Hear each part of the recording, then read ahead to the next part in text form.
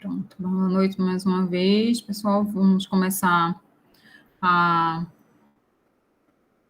compartilhar aqui a tela com vocês para a gente começar a trabalhar o tema da aula de hoje, tá?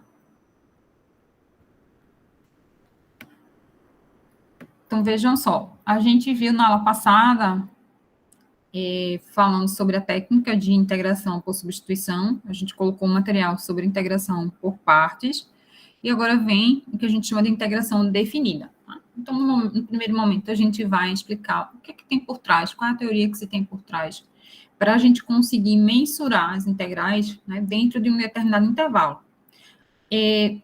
Quando a gente apresenta técnicas, ou até mesmo quando a gente apresenta o conceito de integração, a gente só observa, né, a relação entre essas duas funções, a função primitiva e a função que aparece lá na integral, mas a gente não limita, né, em que espaço a gente vai observar isso, tá? Quando a gente vai pensar em integração definida, que é o que a gente está fazendo na aula de hoje, a gente pensa tudo que a gente já observou, só que a gente delimita um espaço de observação.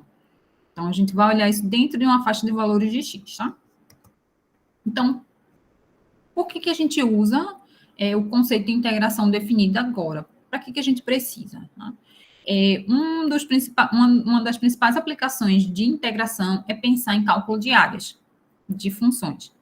A gente sabe calcular área, quando a gente aprendeu lá no ensino fundamental, principalmente em figuras geométricas que a gente conhece facilmente, como a área de um quadrado, de um retângulo, de um triângulo. Então, a gente facilmente consegue calcular áreas nesse sentido. Pode ser demandado para a gente que, ao invés de a gente calcular uma área regular, né, semelhante a uma figura geométrica, a gente tem interesse em calcular a integral ou a área de funções que tenham esse formato aqui, um formato mais irregular. Né? E como é que eu faço, então, para calcular a área dessa função, a área que está abaixo dessa função f de x, tá? Entre esses pontos A e B. Então, a primeira tentativa nossa seria não calcular exatamente a área, mas fazer aproximações. Então, a gente vai fazer aproximações de áreas menores para poder ter uma noção de quanto vai ser essa área que está delimitada aí para a gente, está achurada para a gente. Então, a gente está pedindo para a gente considerar essa função, a gente está exigindo que essa função é uma função contínua. A gente observou definições de continuidade em semestres anteriores. Então, o que a gente vai fazer é o seguinte: eu não consigo calcular a área toda, então vou tentar encontrar áreas menores, áreas que eu sei calcular, de maneira que eu somar essas, que após a soma dessas áreas eu consiga determinar que área total que eu estou procurando. Então, se a gente voltar aqui um pouquinho, essa área é uma área bem irregular, mas eu podia passar aqui uma caixa. Deixa eu usar o apontador mesmo. A gente podia passar uma caixa aqui, ó. Vou pegar essa marcação aqui. Pegar uma caixa por aqui assim, que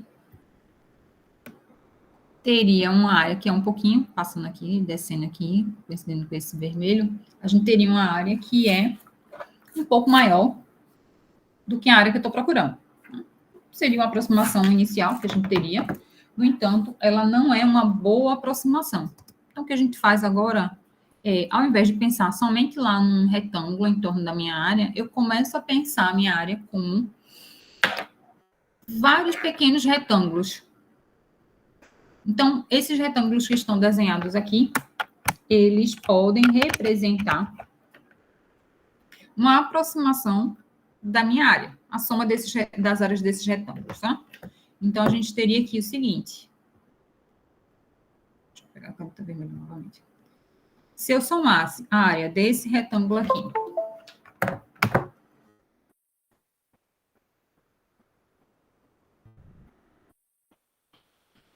essa aqui.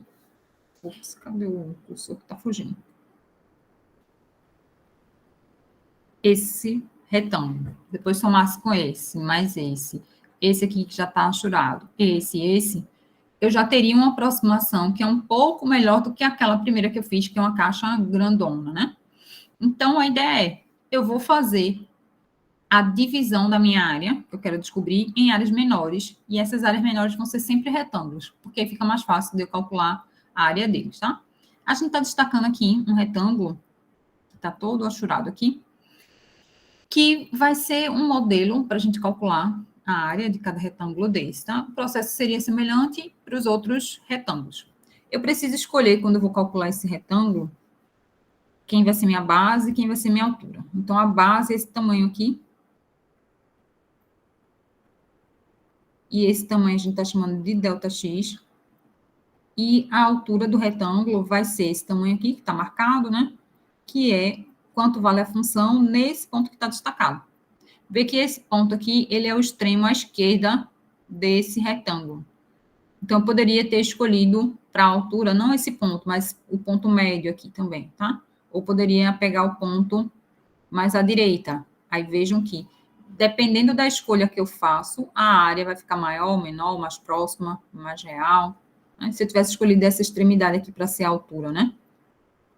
Vê que esse retângulo aqui em vermelho, ele teria uma área que é um pouco menor do que a área que eu estou procurando, tá? Então, é sempre uma escolha que a gente vai estar fazendo.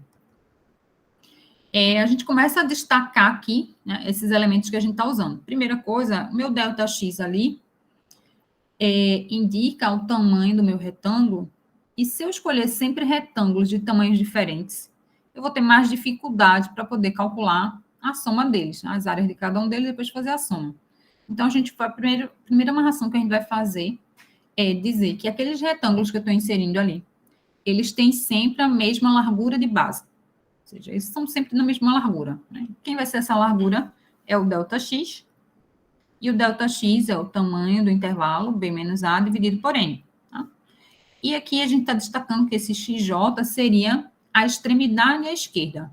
Então, sempre que eu for olhar a área de um desses retângulos aqui, eu vou olhar qual é o ponto mais à esquerda dentro do retângulo, tá? Para calcular a área. Então, a área desse retângulo que está aqui em destaque, quem vai ser? É a área da base dele, que é ΔX, vezes a altura, que é F de XJ, tá? Aí a gente destacou aqui, a área de um retângulo, essa daqui. Se eu olhar a área de cada um desses retângulos aqui, iniciais, por exemplo, esse primeiro retângulo, esse segundo, terceiro e assim por diante, tá? E fizer a soma deles, então eu tenho que a área do primeiro retângulo, a área do segundo retângulo, e assim por diante, até o retângulo de ordem N. Se eu somar todas essas áreas, a gente tem uma aproximação muito boa da área que está abaixo daquela curva. Ainda não é a área real, mas é uma aproximação, tá? Essa soma, a gente dá um nome específico para ela, a gente chama de soma de Riemann. Ela não é exatamente a área que eu estou querendo calcular, mas ela é uma aproximação, tá? Então, guarda isso aí, uma soma de Riemann é dada pela soma das áreas daqueles retângulos que a gente inseriu ali. Quando a gente quer pensar na área que está abaixo de uma curva, o que é que a gente vai fazer? A gente vai olhar qual é a melhor situação que eu tenho. Eu estou somando todos os retângulos. Então, se eu pegar retângulos que consigam monitorar todas as variações que eu tenho na minha curva, eu vou ter uma área mais próxima do real. Então, a ideia é a gente inserir muitos retângulos ali naquele espaço, onde, se eu insiro muitos retângulos, cada um deles vai ter uma largura de base bem pequenininha, e aí a gente consegue observar melhor as variações da altura. E essa aproximação, então, vai ficar sempre melhor se eu inserir infinitos retângulos, tá? Então, no limite, né, quando na situação ideal, a gente insere infinitos retângulos aqui. Então, a maneira da gente fazer isso é usando a ferramenta que a gente viu lá em MQ1, em semestres anteriores, que é usar a ferramenta de cálculo de limite. Então, a minha área, abaixo da curva, ela vai ser o limite. Quando n tende a infinito, da soma de f de x1 mais f de x2, mais até chegar em f de xn, vezes ΔX.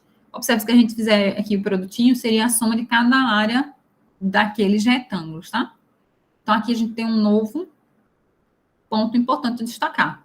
A área exata que eu quero, eu pego o limite dessas parcelas aqui, tá? Da soma dessas parcelas. Só que, se a gente observar,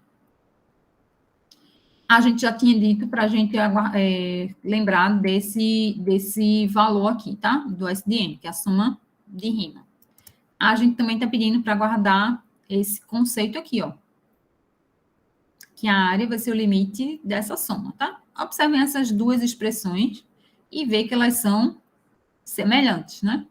Então, no fim, a área ela vai ser o limite de uma soma de rima. Porque essa soma que aparece aqui, essa parcela aqui que aparece, essas sominhas que a gente tem aqui,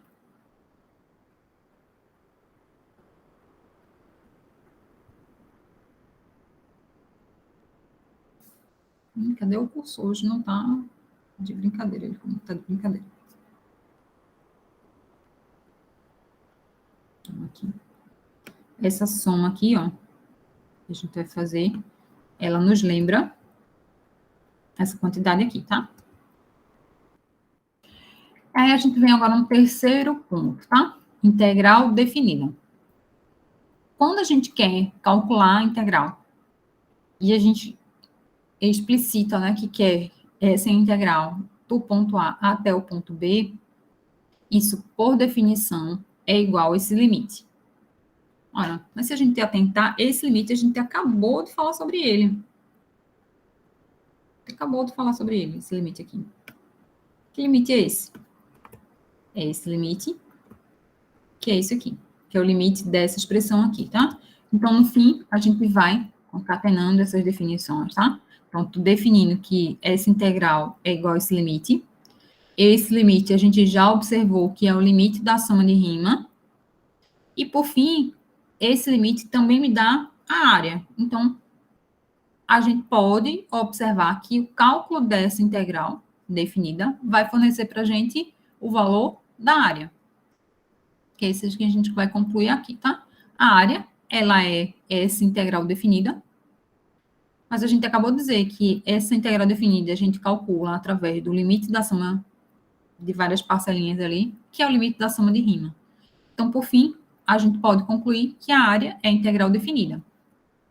Então, a gente chegou numa conclusão que eu consigo calcular a área, mas para calcular essa área, eu faço a integral definida. E, por enquanto, para fazer essa integral definida, eu preciso calcular um limite. Tá? Vejam, o cálculo de limites nem sempre é uma tarefa muito fácil. Então, o que é que a gente vai fazer? Cada vez que eu precisar calcular uma área, eu vou ter que estar calculando um limite? Não. A gente vai usar um teorema importante no cálculo, que nos ajuda a, sempre que for necessário calcular uma integral definida, eu vou lançar mão desse teorema para calcular, tá? É o teorema fundamental do cálculo. Então, o teorema fundamental do cálculo, ele diz, ó, a integral de A até B da função f' de x dx vai ser a função f grande no ponto B menos a função f grande no ponto A. Onde essa função f grande é a minha função primitiva. Então, para calcular uma integral definida, eu primeiro preciso achar quem é a minha primitiva e depois calcular quanto ela vale nos extremos que aparecem aqui na minha integral. A notação que a gente vai utilizar de maneira complementar vai ser essa aqui, tá? Integral de A até B, que é o símbolo de integral. Aqui é a função f' de x dx. Aqui a gente vai colocar qual é a primitiva que a gente encontrou. E essa barra vertical, ela vai indicar para a gente quais são os limites que a gente vai fazer a substituição, tá? E aqui, isso vai ser a função f no ponto B menos a função no f no ponto A. Isso vai fornecer para a gente o valor numérico, tá? Só um minuto, deixa eu conectar aqui o carregador.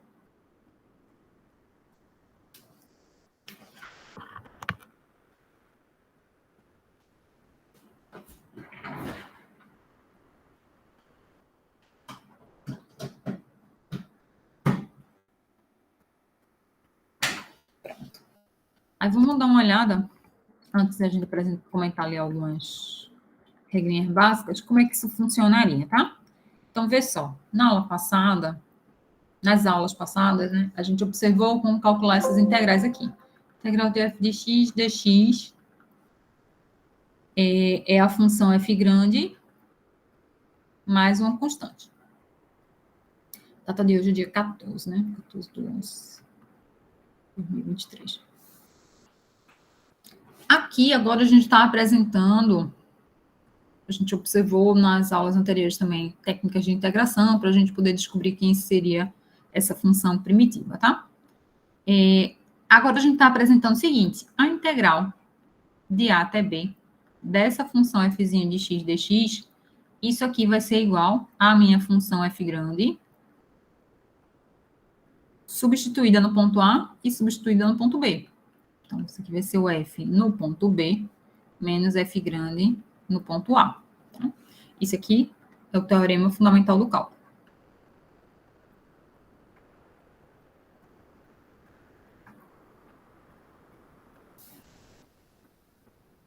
Mas como é que eu encontro esse f grande? Usando ou técnica de substituição, ou integração por partes, ou uma regra básica, tá? Vamos colocar um exemplo simples da gente ver como é que funciona isso, tá? Então, se eu quiser calcular quem é a integral de 2 até 5 da função x² dx. O que eu tenho aqui, tá? Eu olho para a função que aparece aqui no integrando, né? E vou tentar achar quem é a primitiva dela. Nesse caso aqui, a primitiva dessa função é uma primitiva bem simples, porque é uma potência, a gente vai usar a regra da potência para achar a primitiva, tá? Mas todo problema de integração definida, a gente tem que atentar, que a gente precisa identificar quem é a primitiva primeiro, e depois identificar o valor numérico dela, né? Calcular o valor numérico. Vou chamar a teorema fundamental do cálculo TFC.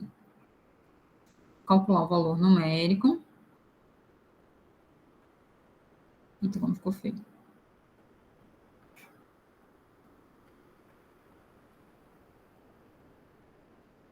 Usando teorema fundamental do cálculo, tá? Então, como é que ficaria aqui? Integral de 2 a 5 de x² dx.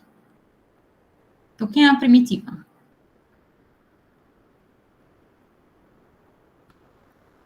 Para achar a primitiva, a gente não se preocupa com os limites de integração, olha só para a função que está aqui. Então, quem é a integral do x²? É a função x² sobre 3, mais a constante. Quando a gente vai calcular um valor numérico,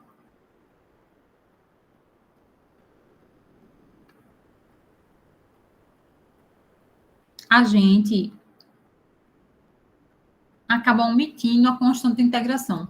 Por quê? Porque observe que a gente vai precisar calcular quanto vale essa função toda no extremo, né?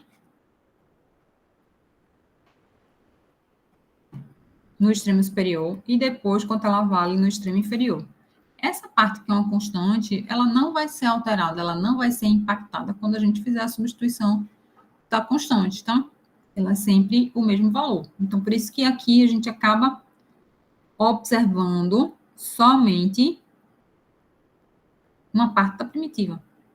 Uma das primitivas, na verdade, né? A gente não precisa calcular o valor da integral definida usando a família de primitivas. A gente basta uma primitiva para a gente poder usar o teorema fundamental do cálculo. Então, vou ver quanto é que vale isso aqui do ponto 2 ao ponto 5. Isso é a função no ponto 5, então vou fazer 5 ao cubo sobre 3 menos essa função ao cubo, 2 ao cubo, sobre 3. Aí a gente calcula 5 vezes 5 vezes 5, 25 vezes 5, quanto? 25 vezes 5, 125 sobre 3, menos 8 sobre 3. Então, aqui vai dar 117 sobre 3. Então, isso seria, né, a maneira como a gente vai calcular o valor, né, das integrais dentro de um intervalo. Então, vejam, antes a gente tinha só esse problema aqui, encontrar a primitiva. Então, veja que a integral indefinida O resultado desse processo, é uma função ou uma família de funções. O resultado de uma integral definida é um número, é um valor numérico, tá? Só que para chegar nesse valor numérico, a gente acha a primitiva e depois calcula quanto ela vale nos extremos. Vamos voltar.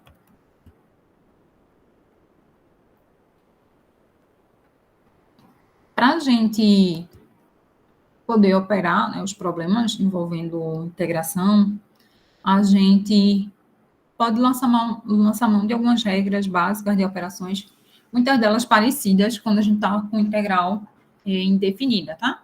Se a gente tem a integral definida de um múltiplo constante de uma função, a gente pode tirar esse múltiplo constante. Então, se a gente, por exemplo, tivesse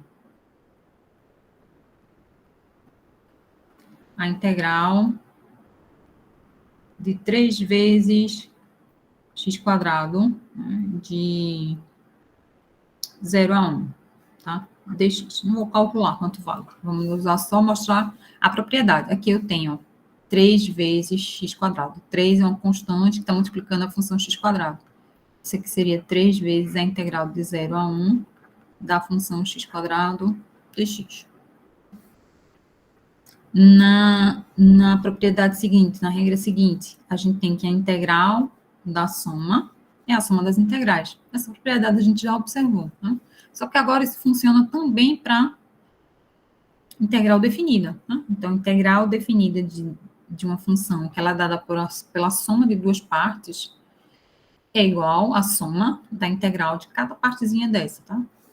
O mesmo acontece com a subtração, tá? Se eu tiver a diferença aqui entre os dois trechos, isso aqui vai ser a diferença das integrais. Lembrando que a gente já falou que para a integral indefinida não funcionava, né, nenhuma regrinha para o produto, nem para o quociente, a mesma coisa vale para cá, tá? A integral de a até b da função f vezes g é diferente da integral de a até b da função f de x vezes a integral de g dx, tá? Estou resumindo aqui a notação das funções f e g. Então, não existe, tá? Igualdade aqui, diferente. Mesma coisa para quociente.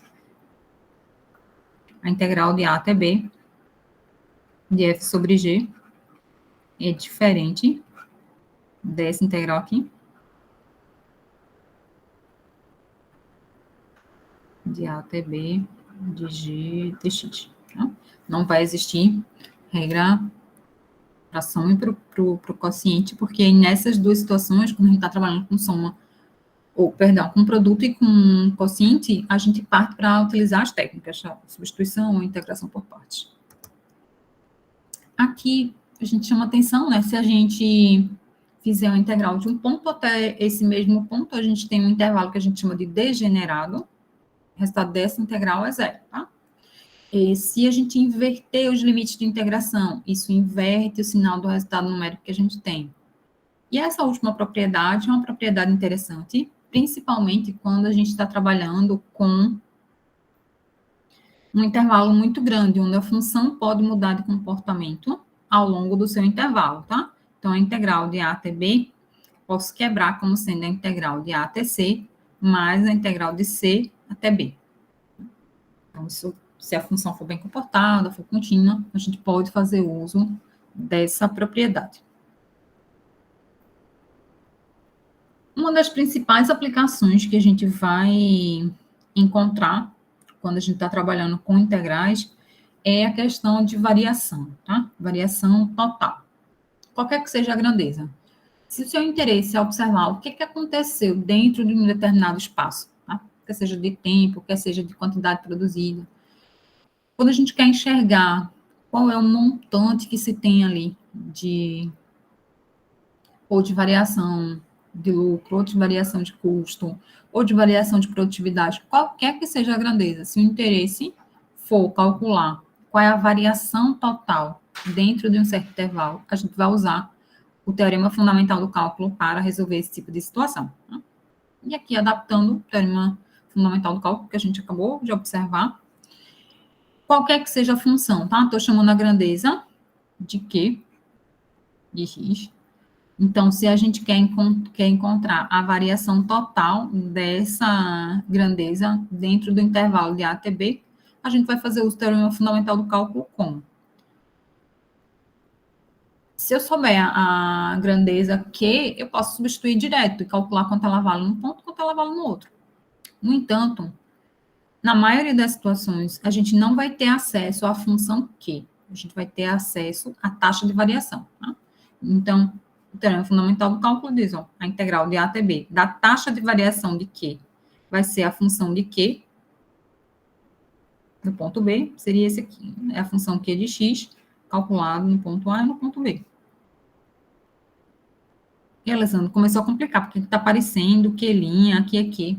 É essa relação que a gente faz, certo, gente? Só que aqui a gente está chamando da função e da taxa dela. Aqui a gente antes adotava essa nomenclatura aqui, né? De A até B, de Fzinho dx. Isso aqui é a função f grande, que é o f no ponto B, menos o f no ponto A. A gente acabou de apresentar essa notação. E isso aqui só vale que a gente escreveu agora, tá? Porque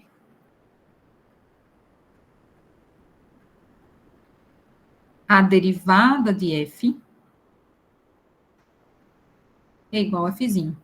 Por isso que aqui na aplicação, a gente coloca que a função que aparece aqui dentro da integral é uma taxa de variação. É a taxa de variação da função que aparece aqui, da primitiva. Ok? Vamos dar uma olhada nessa aplicação aqui. Deixa eu só anotar a função. Q', aqui, 6Q mais 1. E aqui...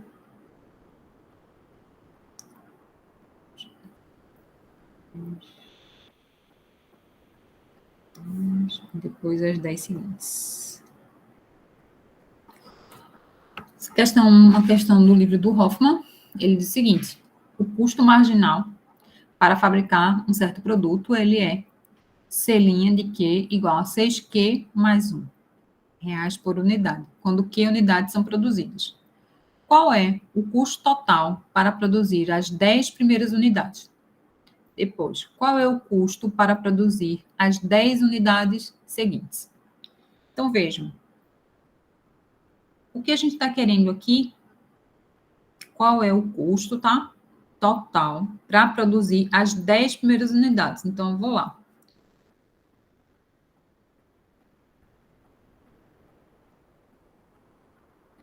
Eu vou, primeiro, produzir uma unidade, depois eu produzo 2, depois eu produzo 3, produzindo até chegar na 10ª unidade, tá? Então, primeira unidade, segunda unidade, terceira unidade, até chegar na 10ª unidade. Eu quero observar o custo de produzir as 10 primeiras unidades, então eu quero observar essa variação aqui que eu tive ao longo das 10 primeiras. Depois, a gente quer observar o custo para produzir as 10 unidades seguintes. Então, aqui vou da 11ª até chegar à 20ª unidade. Então, observe, se eu vou da primeira até a 10ª unidade, qual é a variação que eu vou ter aqui, tá? Ter a variação das 10 primeiras unidades. A integral que eu vou usar aqui é a integral, ó, que vai de quanto a quanto, tá? Então, vê só. Se eu estou aqui para produzir a minha primeira unidade, o que é que está acontecendo? Produzir aqui a minha primeira. Antes de produzir essa primeira, eu estou aqui no instante inicial, né? Eu estou com custo 0. Quando eu faço C1 menos C0, vocês concordam que isso fornece o custo da minha primeira unidade?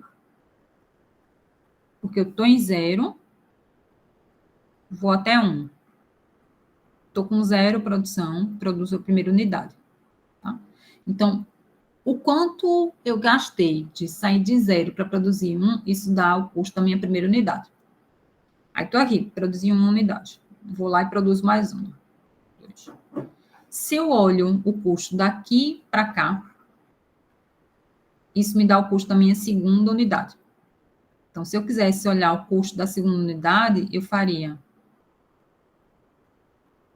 C2 menos C1. Então, eu sempre vou olhar quem é meu ponto inicial, meu ponto final, para observar qual é o custo que eu estou associando àquela unidade, tá? Então, para a primeira unidade seria esse, C1 menos C0. Se fosse para a segunda, seria C2 menos C1. E assim por diante, tá? Até chegar aqui na 10ª unidade. Na 10ª. Estou em 9, produção de 9. Produzo a 10ª. Quando eu faço C de 10 menos C de 9, isso me dá o custo de quem?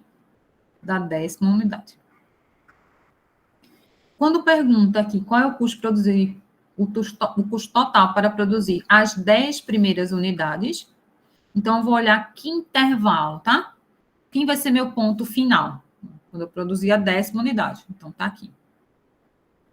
Em 10. E qual é o meu custo inicial? De onde é que eu comecei a minha contagem, tá? Aqui. Então, para olhar o custo da produção das 10 primeiras unidades, a gente vai fazer o ponto final como sendo 10 e o ponto inicial como sendo o 0. Então, vou querer observar a variação dentro desse intervalo. Tá? E como é que eu faço isso? Vou usar o teorema fundamental do cálculo. Por quê? Porque aqui a gente tem quem é a informação da taxa de variação do custo, tá? O intervalo de interesse da gente para produzir as 10 primeiras unidades vai gerar um integral de que intervalo? De 0 a 10. E se eu quero as 10 seguintes?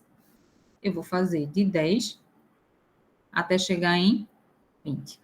Ok? Vamos para o quadro e vamos resolver esse problema.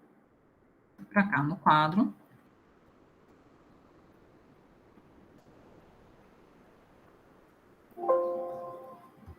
Deixa eu só nomear a questão Q48 do Hoffman, né? Q48, 5.3, a seção do Hoffman. Então, C' de Q, ele foi igual a 6Q mais 1. Então, se eu tenho aqui, esse aqui é o custo marginal.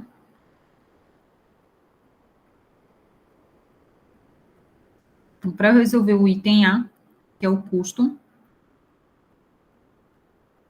total, né?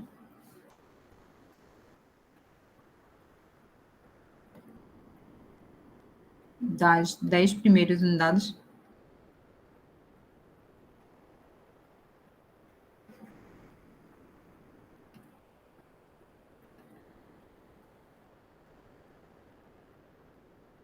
Isso vai ser a integral de 0 até 10 da taxa de variação do custo, que a gente já tem essa expressão, daqui.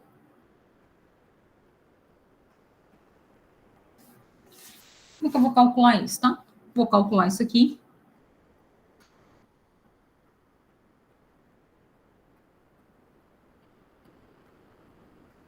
Usando o teorema fundamental do cálculo. Isso vai ser a minha primitiva do custo. E vou calcular quanto vale isso no ponto 0 e no ponto 10. Mas quem é essa primitiva? Isso que a gente vai encontrar agora, tá? Para encontrar a primitiva,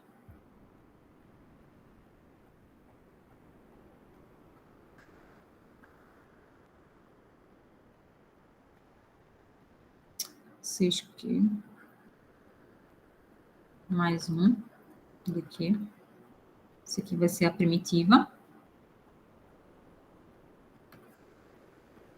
Então, se a gente esquecer aqui, ó, quem é a primitiva dessa função aqui? 6Q mais 1. Quem aparece aqui dentro, ó, uma função potência, né, com um múltiplo constante, mais a integral de uma constante. Então, aqui vai ficar 6 vezes... Pode falar. Alguém quer falar? Deixa eu ver aqui.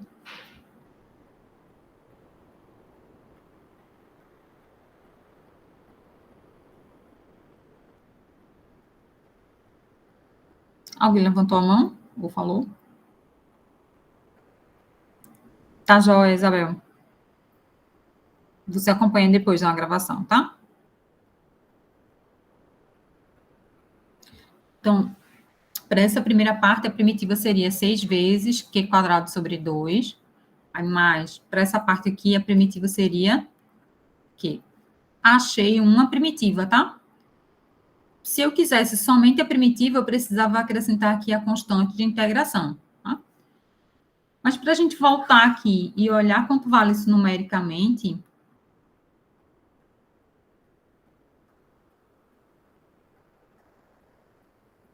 isso vai ser essa função, 6Q quadrado sobre 2 mais Q, uma das primitivas, né? Eu não preciso me preocupar com a constante nesse caso aqui, tá?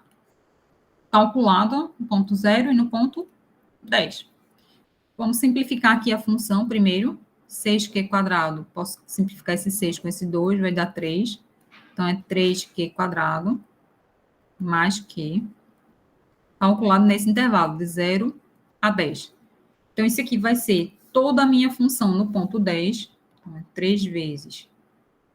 Vou calcular primeiro somente no ponto 10. 10 ao quadrado mais 10. Depois, toda a minha função no ponto 0. Vai ficar 3 vezes 0 ao quadrado mais 0. Esse aqui, então, vai ficar 3 vezes 100 mais 10. E essa parcela aqui toda é 0. Então, esse aqui vai ser 300 mais 10, que é igual a 310. Então, o custo para produzir as 10 primeiras unidades é igual a 310. Para o item seguinte, para o item B, ele quer o custo total para as 10 unidades seguintes. Ou seja, ele quer da 10ª até a 20ª unidades seguintes. 10ª a 20ª. Então, para calcular isso aqui, eu vou precisar encontrar qual é a integral de 10 até 20 da função 6Q mais 1 daqui. E aí, vejam, para calcular isso aqui, a gente usa o trabalho que a gente já fez. A primitiva que a gente encontrou não muda, tá? O que vai mudar é o intervalo de integração. Então, o que eu vou fazer? Repetir aqui a integral, a primitiva. A gente já vai colocar a parte simplificada, né? Que é 3Q quadrado mais 3. 3Q quadrado mais Q. Tudo isso vai ter que ser calculado no intervalo de 10 a 20. Então, vou pegar toda a minha função no ponto 20. 20 ao quadrado mais 20. Menos toda a função no ponto 10. 3 vezes 10 ao quadrado mais 10. Essa parte aqui a gente acabou de calcular, vale 310, né? Falta calcular só essa parte inicial. Então, eu vou ter que fazer 3 vezes 20 ao quadrado. 20 vezes 20. 3 mais 20. Dá 1.220 aqui a parte inicial. Menos isso aqui que a gente já calculou, que é 310. Então, vou ficar esse valor menos 310, que vai dar 910. Então, o custo para as 10 unidades seguintes é de 910. Então, observe que chama a atenção da gente que essa variação do custo não é linear. Claramente não é linear, né? A expressão que a gente encontrou para a primitiva é uma expressão que depende de um termo quadrado. Isso a gente vê na prática aqui. Para produzir as 10 primeiras unidades, eu tenho ali um custo de 310, mas quando eu pego o custo para produzir as 10 unidades seguintes, esse custo já pula para 910. A gente já tem um custo muito mais elevado para as 10 unidades seguintes. Tá? Me digam se tem alguma dúvida, alguma pergunta. Deixa eu parar aqui um pouquinho o compartilhamento.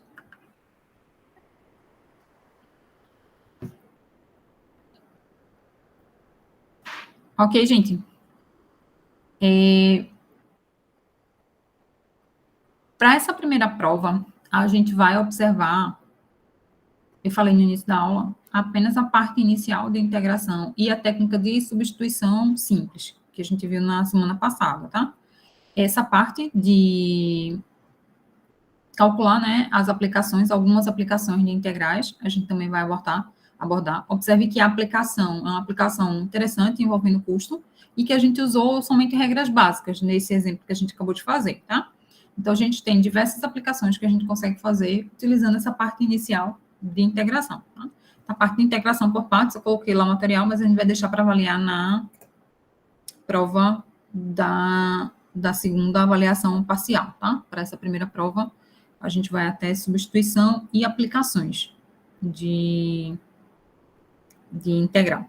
Já é? Alguma pergunta, alguma dúvida?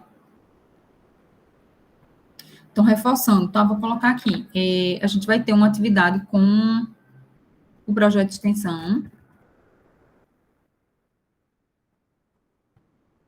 que aí a gente vai fazer na sexta-feira, às 18 horas. Para tirar dúvidas, fazer exercícios, tá? Com o pessoal do projeto, os alunos que são do projeto, os alunos que são da equipe do projeto. Então, sexta-feira, às 18 horas. Eu vou colocar o link no aula, já é? Alguma pergunta, alguma dúvida com relação a isso? Com relação à prova em si, tá? A prova, ela tem... a nossa avaliação vai ser na segunda-feira. Então, ela tem possibilidade de usar um tempo de até 3 horas, né? A prova, a princípio, pode começar às 21 horas e pode ir até o próximo ali de meia-noite, né? Às 23h59. A nossa avaliação, provavelmente, a gente não vai precisar usar as 3 horas, tá? Eu devo colocar em torno de 2 horas para vocês fazerem a avaliação, já? Então, a prova acessa no sistema, e aí, quando a gente colocar a avaliação, vocês vão ver qual é o tempo que vocês têm para fazer a avaliação, tá? Então, deve girar em torno de 2 horas. Acredito que não vou usar as 3 horas para realização da atividade, não. Deve utilizar 2 horas, tá? O padrão, normalmente a gente utilizava um tempinho menor, 2 horas já vai ser suficiente para a gente fazer a avaliação. Alguma dúvida em relação à prova, em relação a alguma coisa da disciplina?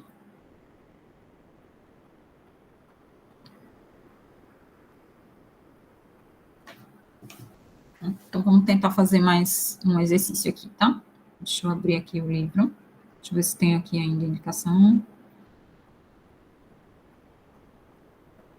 Tem, vou fazer uma aplicaçãozinha aqui.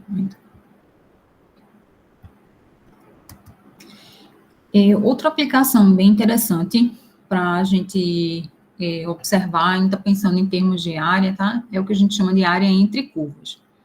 Então, a gente observou que a gente consegue calcular a integral, né, definida dentro de um certo intervalo, e isso, o valor dessa integral definida, seria equivalente ao valor numérico da área.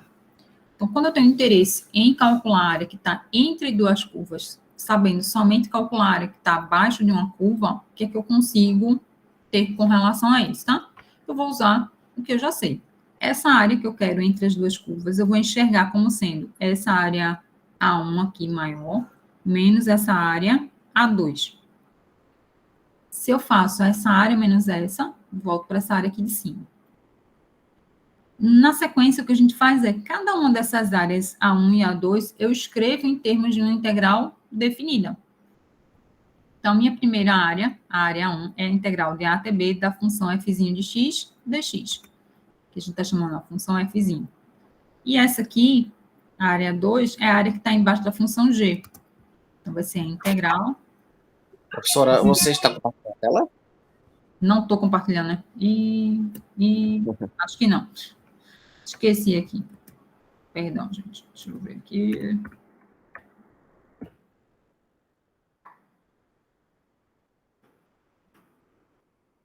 Porque agora ele não quer sair daqui do slide. Saiu. Eu acabei tirando, né? Deixa eu de novo compartilhar.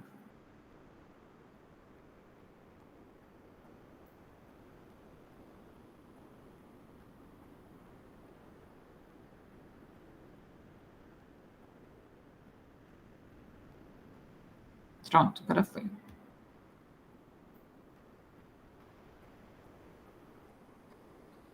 Aqui. Tinha passado só uns slides aqui. Pronto, vejam, estava falando sobre isso aqui. Eu tinha interesse antes em calcular a área que está abaixo de uma curva. A gente comentou, né? Que isso aí vai ser numericamente igual à integral definida. O que acontece agora é, eu posso ter interesse em calcular a área entre duas curvas. A área entre duas curvas, como é que eu faço?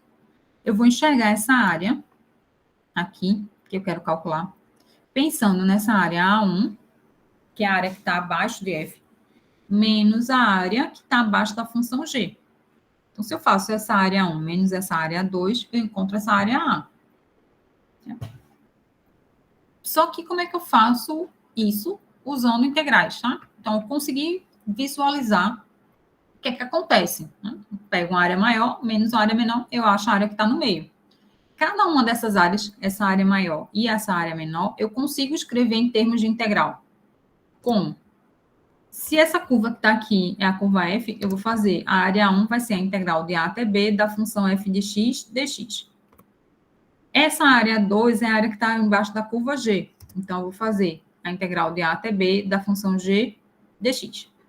Então, a área que eu estou procurando é a diferença dessa área, ou seja, a integral é a diferença entre essa integral menos essa integral.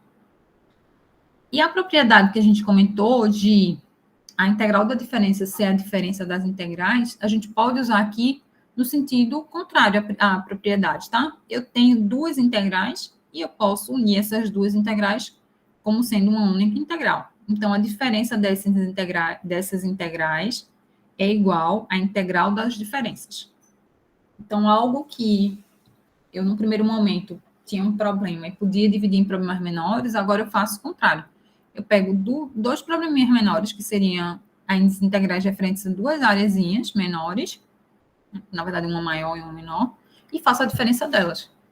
Então, com isso, eu consigo calcular a área que eu quero aqui, que é essa área do meio, tá? É a área que está entre a curva F e a curva G. Como é que a gente vai visualizar isso? A área entre as duas curvas vai ser a integral definida do ponto A até o ponto B da função que está em cima menos a função que está embaixo. Geometricamente, aqui a gente consegue observar, ó, a curva que está em cima é a curva da função f. Quem é a curva que está embaixo? É a curva da função g. Tá? Então, a minha área que eu estou procurando, que é a área que está ali espremida entre as duas curvas, vai ser a integral da curva que está em cima menos a curva que está embaixo. Ok? Então, aqui, ó, só para concluir,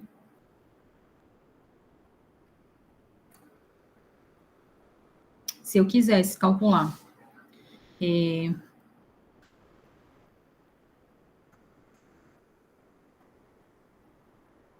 entre essas duas curvas, né?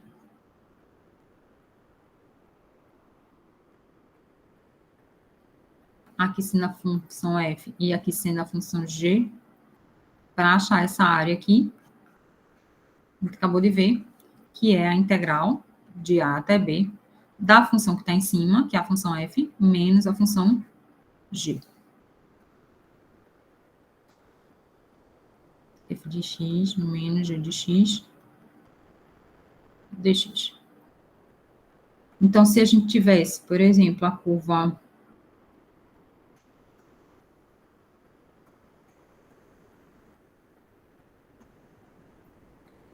com esse formato aqui, tá? E a gente tivesse outra curva aqui em azul,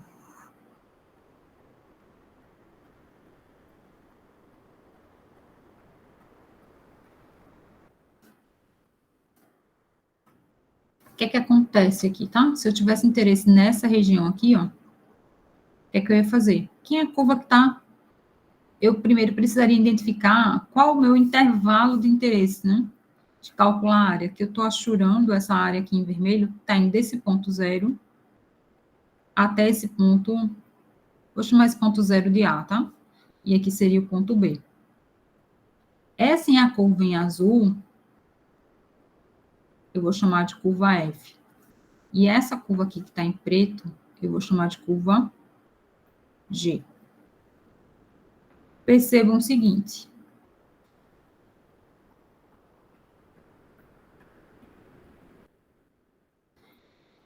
Até esse ponto B, quem é a curva que está em cima?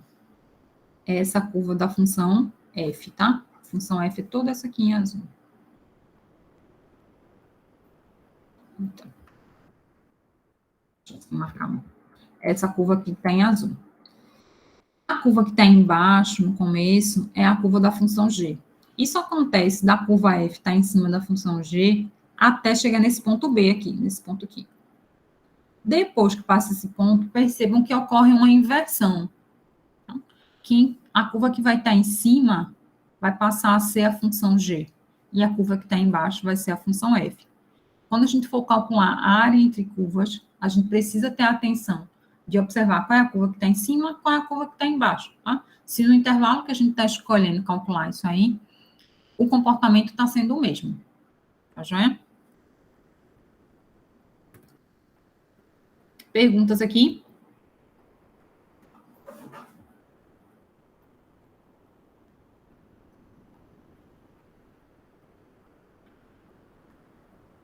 Se não tem mais perguntas, a gente vai ficando por aqui, que eu vou dar uma aula daqui a pouco também, tá?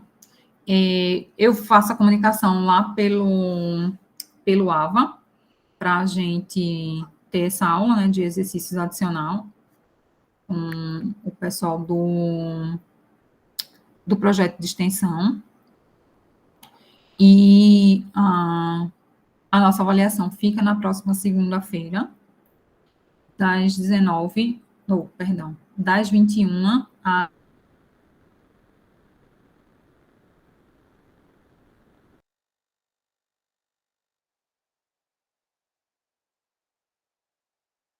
perguntas.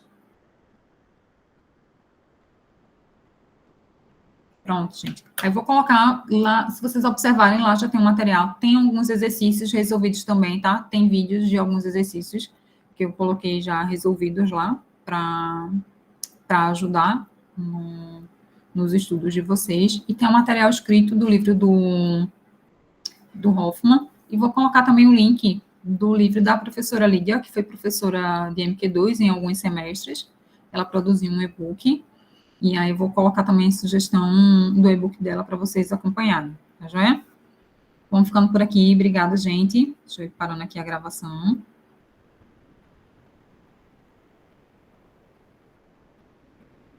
Boa